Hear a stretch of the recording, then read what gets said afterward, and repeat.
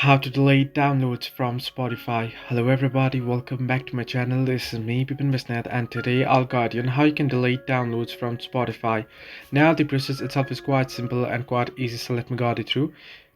In order to delete downloads from Spotify, the process is quite simple. Simply open up Spotify application and you should be headed to this page. Right now on the home page, you'll get the profile icon at the top left corner of your screen. You can see the B, that's my profile.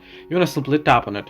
Once you tap on it, you'll get these three different options, actually four. You'll be able to see view your profile, and you can see what's new, you can see listening history, and you can see settings and privacy.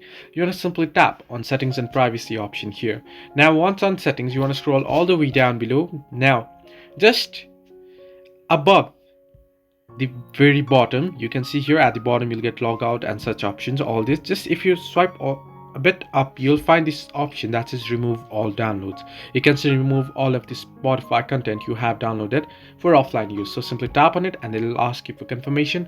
You can tap on remove and it'll get removed. So this way you can delete downloads from Spotify. Hope this helped you. Do like and subscribe, and do not forget to leave a comment down below if you have any further issues.